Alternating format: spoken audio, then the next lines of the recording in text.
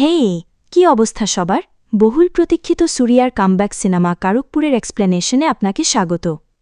একজন বাবা তার মেয়ের অপারেশনের জন্য ট্রেনে করে কেরালা থেকে চেন্নাই যাচ্ছিলেন। চলার পথে সিটে হেলান দিয়ে ঘুমিয়ে পড়েছেন। তখন সেই বাবা স্বপ্নে দেখেন দেবতা কারুপ্পাসামি ঘোড়ায় চড়ে তার দিকে এগিয়ে আসছেন, আর তখনই তার ঘুম ভেঙে যায় এবং তিনি অবাক হয়ে ভাবতে থাকেন, এমন স্বপ্ন তো আমি আগে কখনো দেখিনি। এই বিস্ময় নিয়েই তিনি ঘুম থেকে জেগে ওঠেন। এরপর তারা চেন্নাই পৌঁছে ট্রেন থেকে নেমে মেয়েকে সঙ্গে নিয়ে হাঁটতে থাকে। হঠাৎ করে একদল ছিনতাইকারী বাবা মেয়ে দুজনকে মারধর করে তাদের ব্যাগ ছিনিয়ে নিয়ে পালিয়ে যায়। বেচারা মেয়েটার বাবা চিৎকার করে কাঁদতে থাকেন। তিনি বলতে থাকেন, তোমরা যে ব্যাগটা নিয়ে যাচ্ছ সেখানে কোনো টাকা নেই, ওটায় আমার মেয়ের জীবন আছে, দয়া করে ব্যাগটা ফিরিয়ে দাও। কিন্তু সেই চোরগুলো তার কথায় পাত্তা না দিয়ে ব্যাগ নিয়ে পালিয়ে যায়। পরদিন সকালে বাবা মেয়ে কাছের পুলিশ স্টেশনে ব্যাগ হারানোর অভিযোগ করতে যায়, কিন্তু সেখানে থাকা মহিলা ইন্সপেক্টর উল্টো তাদেরই অপমানজনকভাবে কথা বলতে শুরু করে। তিনি জিজ্ঞেস করেন, ওই ব্যাগে এমন কি ছিল? তখন মেয়েটার বাবা বলেন, আমার মেয়ের লিভারে সমস্যা, তাই লিভার ট্রান্সপ্ল্যান্ট অপারেশনের জন্য আমি তাকে এখানে নিয়ে এসেছি। এই অপারেশনে কমপক্ষে ৩০ থেকে ৪০ লাখ টাকা লাগবে। এত টাকা আমার কাছে নেই, তাই আমার স্ত্রীর সব গয়না ওই ব্যাগে করে নিয়ে এসেছিলাম। সেখানে মোট ৬০ ভরি সোনা ছিল। এ কথা শুনেই ইন্সপেক্টর অবাক হয়ে বলে ওঠে, কি ৬০ ভরি সোনা? এরপরই এলাকার সব চোর ছিনতাইকারীদের ধরে এনে মারধর করে জিজ্ঞাসাবাদ শুরু হয়।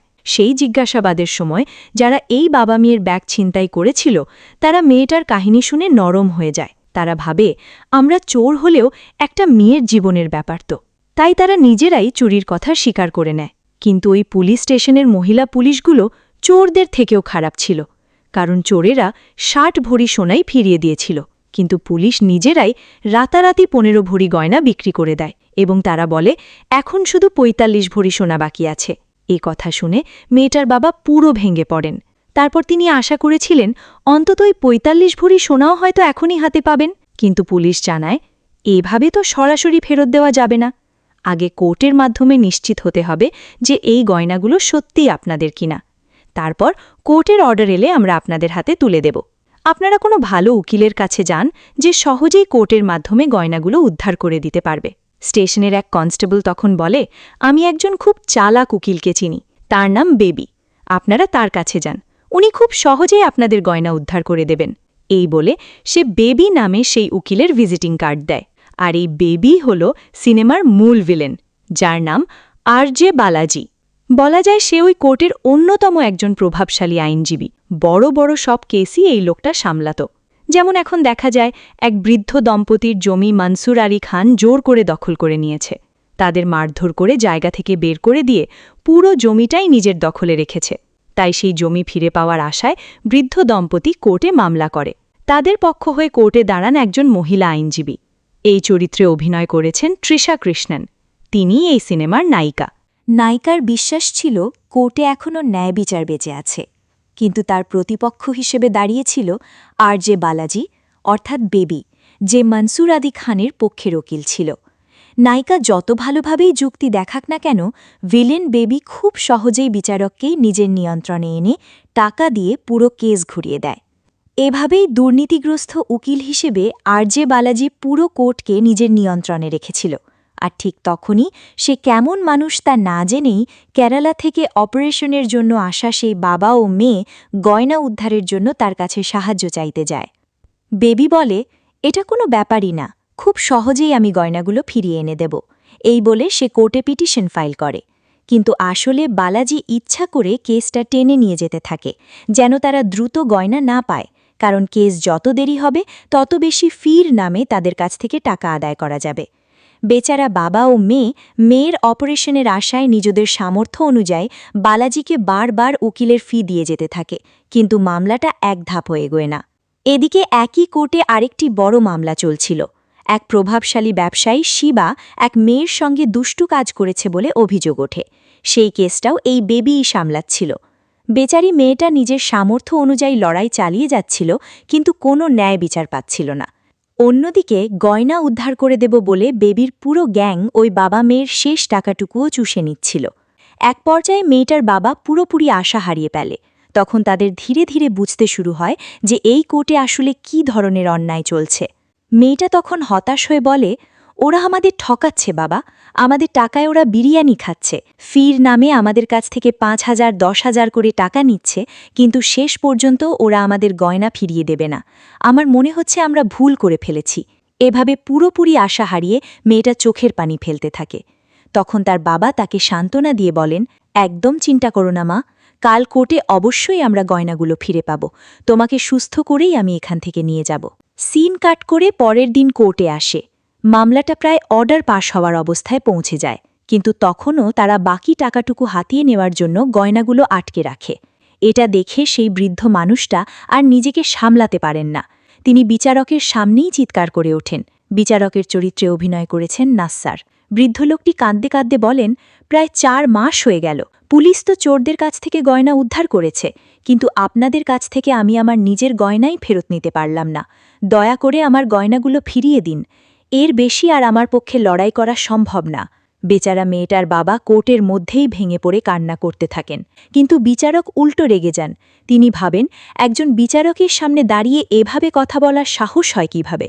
এরপর কোর্টের বাইরে আসতেই আরজে বালাজি সরাসরি ওই বৃদ্ধের জামার কলার ধরে বলে, কোর্টে কিভাবে আচরণ করতে হয় জানো না? তোমার কারণে জজ সাহেব আমার উপর রেগে গেছেন। এবার থেকে আমি তোমার কেস আর দেখব না। এবার দেখি তুমি কিভাবে গয়না উদ্ধার করো। এভাবে ভিলেন আরজে বালাজি যতটা সম্ভব ওই বৃদ্ধের কাছ থেকে টাকা আদায় করে শেষে তাকে ছেড়ে দেয়। সবকিছু হারিয়ে মানসিকভাবে ভেঙে পড়া সেই বৃদ্ধ তখন কোর্টের গেটের পাশে থাকা করুপ্পাস্বামীর মন্দিরের সামনে গিয়ে দাঁড়ান। সেখানে থাকা পুরোহিতের কাছে তিনি এই দেবতা সম্পর্কে জানতে চান। তখন পুরোহিত বলেন, ইনি কোনো সাধারণ দেবতা নন, ইনি ভেট্টাই করুপ্পাস্বামী, যার যা ইচ্ছে যদি মরিচ বেটে তার গায়ে লাগিয়ে প্রার্থনা করা হয় তাহলে তিনি নিজেই নেমে এসে সেই ইচ্ছা পূরণ করেন। এই কথা শুনেই মেয়েটার বাবা নিজের মেয়ের জীবন বাঁচানোর আশায় মরিচ বেটে সেই ভেট্টাই কারুপ্পাস্বামীর গায়ে মাখিয়ে প্রার্থনা করেন। অন্যদিকে বালাজি আর তার গ্যাং মনসুর আলী খানের কেস জিতিয়ে দেওয়ার আনন্দে পার্টি করছিল। সেখানে তারা লাল পানি খাচ্ছিল, নেশা করছিল আর আনন্দে মেতেছিল। ঠিক তখনই ভয়ঙ্কর এক বজ্রপাত হয়। আকাশে বিশাল এক ফাটল তৈরি হয়। সেই ফাটল থেকে ঘোড়ায় চড়ে হাতে শিকল নিয়ে একজনের প্রবেশ ঘটে। হ্যাঁ, সে আর কেউ নয়, সেই বৃদ্ধ লোকের প্রার্থনায় সাড়া দিয়ে আসা ভেট্টাই করুপ্পাস্বামী। তিনি সেখানে এসে সবাইকে মারধর করে তছনছ করে দেন, এমনকি বালাজিকে বেঁধে ঝুলিয়ে মেরে ফেলতে চান। কিন্তু নেশাগ্রস্ত অবস্থাতেও আরজে বালাজি বুঝে যায় যে তাকে মারতে আসা ব্যক্তি করুপ্পান স্বয়ং।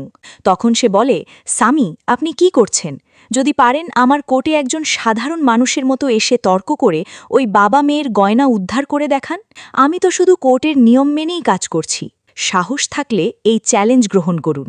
এভাবে সে দেবতার সামনেই চ্যালেঞ্জ ছুড়ে দেয়, আর সেই চ্যালেঞ্জ গ্রহণ করেন ভেট্টাই কারুপ্পাস্বামী রূপে আসা সুরিয়া। সিন কাট করে পরের দিন দেখা যায় ওই বৃদ্ধের কেসের পক্ষ হয়ে এক নতুন উকিল কোর্টে হাজির হয়েছেন। বিচারক জিজ্ঞেস করেন, আপনি কে, কোন কোর্ট থেকে এসেছেন? তিনি উত্তর দেন, আমি মাদুরাই কোর্ট থেকে এসেছি। আমার নাম সরবণন। এই বাবা মেয়ের হয়ে আমিই কেস লড়ব। আসলে কারুপ্পাস্বামী উকিলের ছদ্মবেশে কোর্টে এসেছেন, কিন্তু তাকে বিভ্রান্ত করার জন্য আগে থেকেই বালাজি তার জুনিয়র উকিলদের দিয়ে আগে থেকেই পিটিশন জমা করিয়ে রেখেছিল। এতে বিচারক রেগে গিয়ে বলেন, তোমাদের 4 জনের মধ্যে একজনই ওই বৃদ্ধের পক্ষ হয়ে লড়তে পারবে। কে লড়বে সেটা ঠিক করে পরের শুনানিতে এসো। পরের দৃশ্যে দেখা যায় আমাদের হিরো সেই উকিলদের কাছে গিয়ে শান্তভাবে বলেন, ভদ্রভাবে ওই পিটিশনগুলো ছিঁড়ে ফেলুন। কিন্তু তারা তার কথা মানছিল না। তখন হিরো হঠাৎ বেঞ্চে জোরে আঘাত করে একটা চটকা দেন, আর সঙ্গে সঙ্গেই পুরো জায়গাটা যেন থমকে যায়। এই দৃশ্য পাশ থেকে দেখছিলেন নায়িকা তৃষা কৃষ্ণন। তখন তার চোখে সবকিছু পরিষ্কারভাবে ধরা পড়তে শুরু করে। হ্যাঁ, সরবণন নামে উকিল সেজে আসা মানুষটি আসলে ভেট্টাই কারুপ্পাস্বামী, এটা নায়িকা বুঝে ফেলেন। এরপর বাকি সব পিটিশন ছিঁড়ে ফেলা হয়, আর বাইরে দাঁড়িয়ে থাকা আরজে বালাজি এই সব কিছুই দেখছিল। সবকিছু দেখার পর আরজে বালাজি আমাদের হিরোকে ডেকে বলে, কি স্বামী, চালাকি করছেন নাকি? আমাদের মধ্যে কি চুক্তি হয়েছিল মনে আছে তো? এই কেসে আপনি আপনার দেব শক্তি ব্যবহার না করেই জিততে হবে। শপথ করুন আপনি কোনো শক্তি ব্যবহার করবেন না। এভাবে সে হিরোর কাছ থেকে শপথ আদায় করে নেয়। হিরো ঠিক আছে বলে রাজি হয়ে যায়। এরপর তিনি একদম ন্যায়সঙ্গত উপায়ে ওই বৃদ্ধ মানুষটার জন্য বিচার এনে দিতে এবং গয়নাগুলো উদ্ধার করে দিতে লড়াই করতে থাকেন। কিন্তু বিচারক তো শুরু থেকেই হিরোর ওপর রাগ করেছিলেন, কারণ হিরো কখনো তাকে মাইলর্ড বলে সম্বোধন করতেন না। সেই রাগে বিচারক ইচ্ছে করেই গয়না ফেরত দেওয়ার অর্ডার না দিয়ে বারবার মামলাটা ঝুলিয়ে রাখতে থাকেন। এমন সময় অপারেশনের অপেক্ষায় থাকা মেয়েটা হঠাৎ কোর্টের মধ্যেই রক্ত বলি করে অজ্ঞান হয়ে পড়ে যায়। সঙ্গে সঙ্গে হিরো তাকে কোলে তুলে হাসপাতালে নিয়ে যান। হাসপাতালে ডাক্তার জানিয়ে দেন এক্ষুনি অপারেশন করতে হবে, না হলে মেয়েটা বাঁচবে না। কিন্তু অপারেশনে টাকা জোগাড় হবে শুধু সেই গয়না বিক্রি করলেই। তাই পরের দিন হিরো বিচারকের কাছে পুরো পরিস্থিতি বুঝিয়ে বলেন এবং প্রমাণ করেন যে গয়নাগুলো সত্যিই তাদের। তারপর দ্রুত অর্ডার পাস করার অনুরোধ করেন। কিন্তু বিচারক তখন বলেন, সব ঠিক আছে, কিন্তু তুমি কখনো এই কোর্ট বা আমাকে সম্মান করনি। নিজের যুক্তি শেষ করার সময় অন্তত মাই লর্ড বা লর্ডশিপ বলে সম্মান দেখানো উচিত ছিল, কিন্তু তোমার মুখে তো এসব শব্দ কখনো শুনিনি। এভাবে বিচারক দেবতা জেনেও হিরোকে অপমান করতে থাকেন। শেষ পর্যন্ত মেয়েটার জীবন বাঁচানোর জন্য স্বয়ং করুপাসামিও বিচারকের দিকে তাকিয়ে বলেন, সরি মাই লর্ড। তারপরই বিচারক গয়না ফেরত দেওয়ার অর্ডার পাস করেন। অবশেষে সেই বৃদ্ধ মানুষটির হাতে গয়নাগুলো ফিরে আসে। খুশি মনে তিনি কোর্ট থেকে বেরিয়ে আসেন। ঠিক তখনই হাসপাতাল থেকে ফোন আসে, হ্যাঁ, তার মেয়েটা মারা গেছে। কথা শুনে তিনি ভেঙে পড়ে চিৎকার করতে থাকেন আর বলেন, এখন এই গয়না দিয়ে আমি কি করব? আমার গয়নাগুলো সময় মতো না দিয়ে তোমরা মামলাটা টেনে টেনে আমার মেয়ের জীবনটাই নিয়ে নিলে। তিনি কোর্টের গেটের সামনে দাঁড়িয়ে কান্না করতে থাকেন আর রাগে গয়নাগুলো ছুঁড়ে ফেলে দেন। কোর্টে থাকা সবাই শুধু দাঁড়িয়ে দাঁড়িয়ে এই দৃশ্য দেখছিল। বেচারা স্বয়ং দেবতা হওয়া সত্ত্বেও আমাদের হিরোও কিছু করতে পারলেন না। ঠিক তখনই মূল ভিলেন আর.জে. বালাজি এসে বলে, আমি হলে কখনো শেষ পর্যন্ত এভাবে ওদের কষ্ট দিতাম না, মেয়েটাকে মরতেও দিতাম না। কিন্তু আপনি তো বেচারি মেয়েটাকে মরতে দিলেন, এর হিসেব কিন্তু আপনার দিকেই যাবে। আমি তো আগেই বলেছিলাম এটা আমার কোর্ট, এখানে স্বয়ং ঈশ্বর নেমে এলেও আইন হবে আমাদের কথা মতো। এভাবে ভিলেন আর.জে. বালাজি স্বয়ং দেবতার সামনেই দম্ভভারে কথা বলে চলে যায়। আর বেচারা করুপ্পাস্বামী দেবতা হয়েও কিছু করতে না পেরে অসহায়ের মতো দাঁড়িয়ে থাকেন। পরের দৃশ্যে দেখা যায় ওই বাবা মেয়ের কেসের মতোই আর এক নারী শিবাথা এক বড় ব্যবসায়ীর বিরুদ্ধে যৌন নির্যাতনের মামলা করেছিলেন। কিন্তু সেই কেসের ফাইলও ভিলেন আর.জে. বালাজির লোকেরাই আটকে রেখেছিল।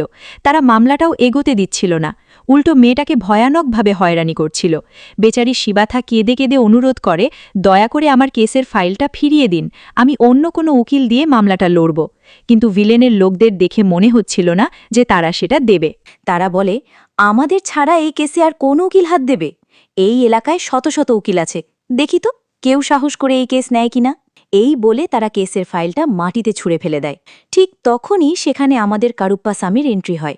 তিনি বলেন, এই কেস আমি লড়ব।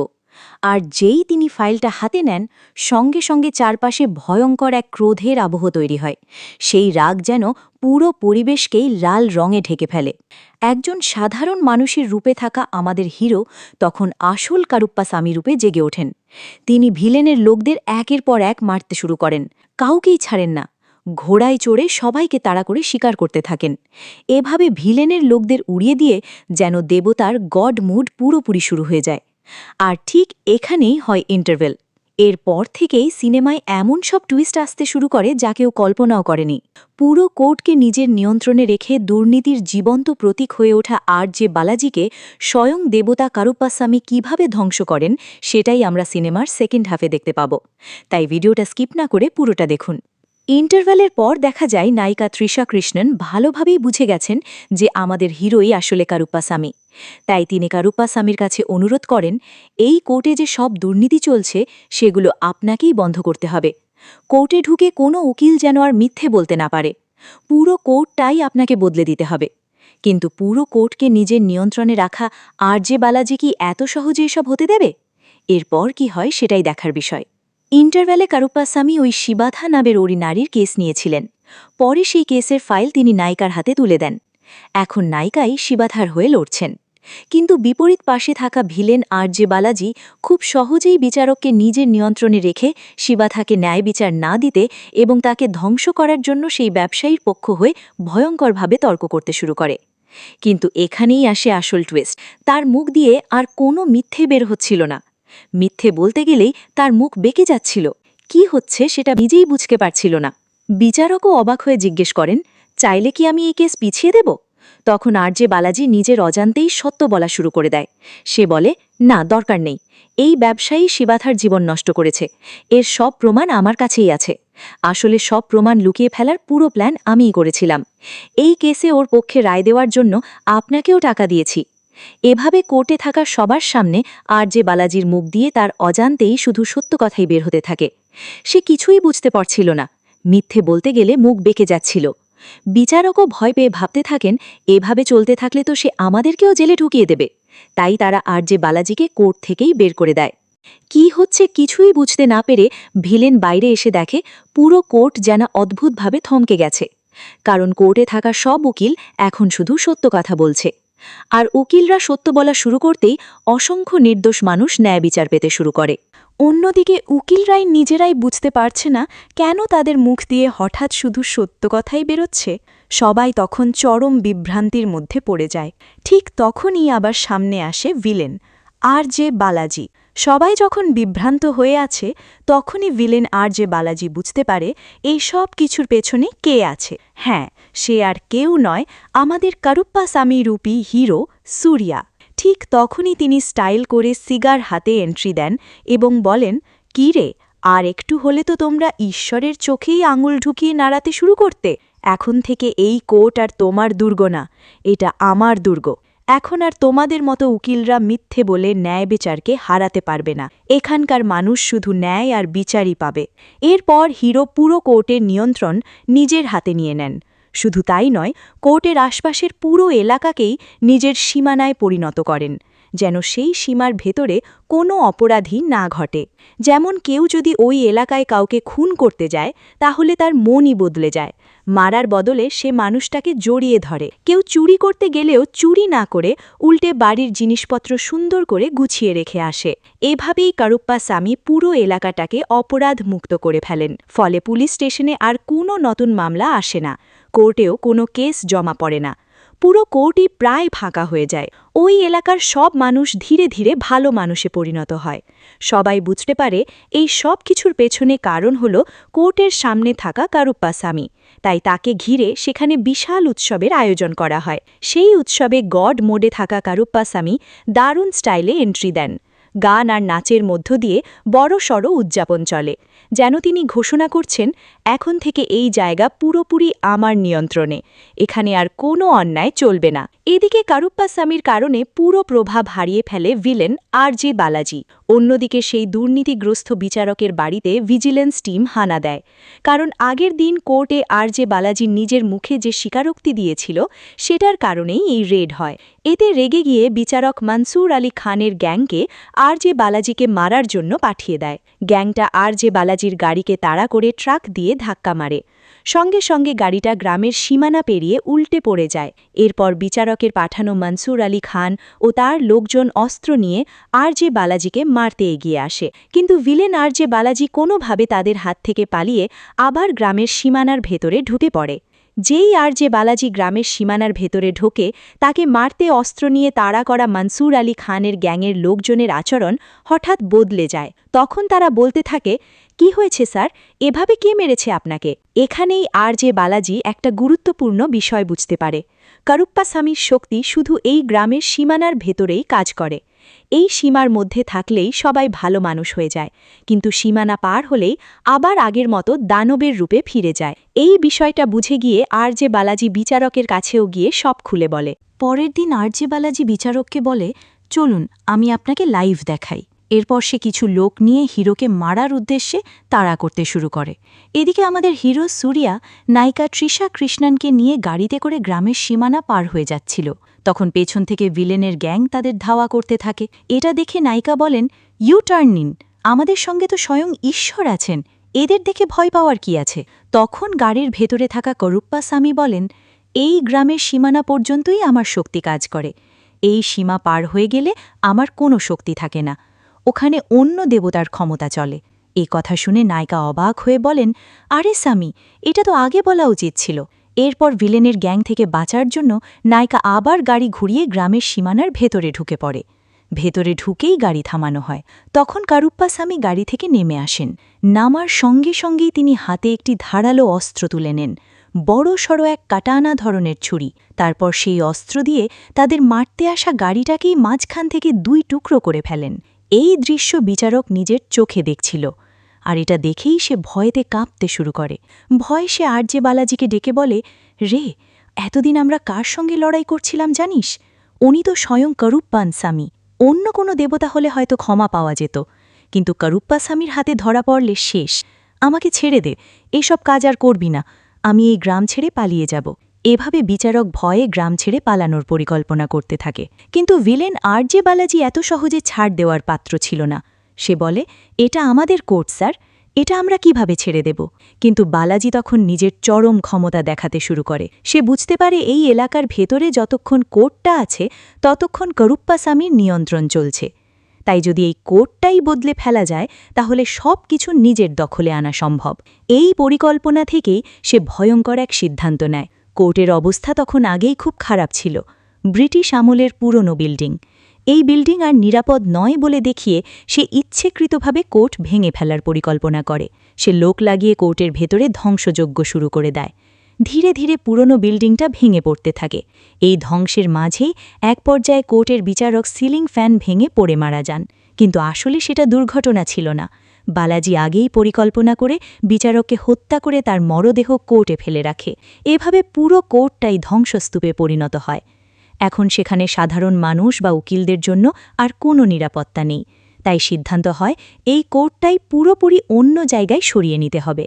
এরপর কারুপ্পাস্বামীর ওই এলাকা থেকে কোর্ট সরিয়ে অন্য জায়গায় নতুন কোর্ট বানানোর জন্য সরকারের কাছ থেকে অনুমতি নিয়ে আসে। সরকারও নতুন একটি আধুনিক ও হাইটেক কোর্ট তৈরি করে দেয়। আর এই নতুন কোর্ট নিয়েই ভিলেন ভাবতে থাকে, এটা এখন আমার কোর্ট, এখানে কারুপ্পাস্বামীর কোনো শক্তিই কাজ করবে না।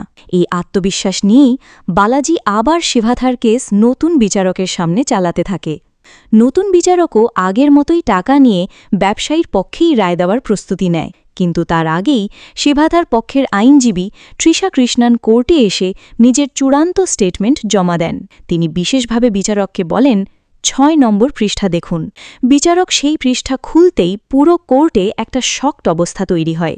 যে বিচারক আগে ভিলেনের পক্ষে রায় দিতে যাচ্ছিল সে একেবারে বদলে যায়। সে ঘোষণা করে, এই কেসে শিভাথাই ভিকটিম, তার সাথেই ব্যবসায়ী দুষ্টু কাজ করেছে, এর সব প্রমাণ আমাদের হাতে আছে। এরপর বিচারক শেষ পর্যন্ত ন্যায়সঙ্গত রায় দেন। তিনি বলেন, ওই ব্যবসায়ীকে 3 বছরের কারাদণ্ড দেওয়া হবে এবং একই সঙ্গে ভুক্তভোগী শিভাথাকে 75 লাখ টাকা ক্ষতিপূরণ দিতে হবে। এই ন্যায় বিচার কি দেখে বিচারক এতটা প্রভাবিত হলেন সেটা আসলে 6 নম্বর পৃষ্ঠার মধ্যেই লুকানো ছিল। পুরনো কোর্টের এলাকায় ছিল ভিট্টাই কারুপ্পাস্বামী, তাই মানুষ ভয় পেয়ে হলেও শৃঙ্খলায় থাকত। কিন্তু এই নতুন কোর্টের এলাকায় আনা হয় কাওয়াল কারুপ্পাস্বামী, একজন রক্ষক দেবতা যে শুধু ভুল দেখলেই শাস্তি দেয়। যদি কেউ অপরাধ করার কথা চিন্তাও করে তখনই তার শাস্তি হয়ে যায়, এমন ধারণা তৈরি করা হয়। আসলে এই পুরো আইডিয়াটাই ছিল আমাদের হিরো সূর্যার পরিকল্পনা। মানুষের মনে ভয় তৈরি করে অপরাধ কমানোই ছিল তার উদ্দেশ্য। এই ব্যবস্থাটা সত্যিই কাজ করতে শুরু করে। ফলে শেষ পর্যন্ত বালাজি আবারও হেরে যায়। কিন্তু এবারও সে হার মেনে নিতে পারে না। নতুন কোর্টের উদ্বোধনী অনুষ্ঠানে সে পুরোপুরি নেশাগ্রস্ত অবস্থায় এসে বন্দুক হাতে নিয়ে চারদিকে তাণ্ডব শুরু করে দেয়। মানুষদের ভয় দেখিয়ে বলে, তোমরা কি সত্যিই বদলে গেছ, নাকি শুধু ভয় পেয়ে ভালো হওয়ার অভিনয় করছ? আমি তো এতগুলো অপরাধ করলাম, মারলাম, গুলি চালালাম, তবুও তোমাদের ঈশ্বর এখনও কেন আসছে না? এভাবে সে সবাইকে আবার পুরনো অবস্থায় ফিরিয়ে আনার চেষ্টা করতে থাকে। ঠিক তখনই সেই জায়গায় এন্ট্রি নেয় এক শক্তিশালী উপস্থিতি, সূর্যা। সে এসে ভিলেনদের এক এক করে উড়িয়ে দেয়। তিনি যেন সেই এলাকার নতুন রক্ষাকর্তা হয়ে ওঠেন। যে জায়গায় যেমন কারুপ্পাস্বামী তেমনই একজন রক্ষক দেবতা থাকেন। এই রূপে সূর্যা কাওয়াল কারুপ্পাস্বামী হয়ে ওঠেন। এরপর তিনি ঘোষণা করেন, এই ভিলেনকে এক্ষুনি শেষ না করলে সে আবার মানুষের মধ্যে ভয় দূর করে অন্যায় ফিরিয়ে আনবে। এই বলে তিনি ভয়ঙ্কর রুদ্র তাণ্ডব জ্বালিয়ে শেষ পর্যন্ত ভিলেনের মাথা কেটে দেন। এরপর থেকে প্রতিটি এলাকায় মানুষ ভয় পায়, যদি কেউ অন্যায় করে তাহলে কারুপ্পাস্বামী এসে তাকে শাস্তি দেবেন। এই ধারণাই সমাজে শক্তভাবে ছড়িয়ে পড়ে।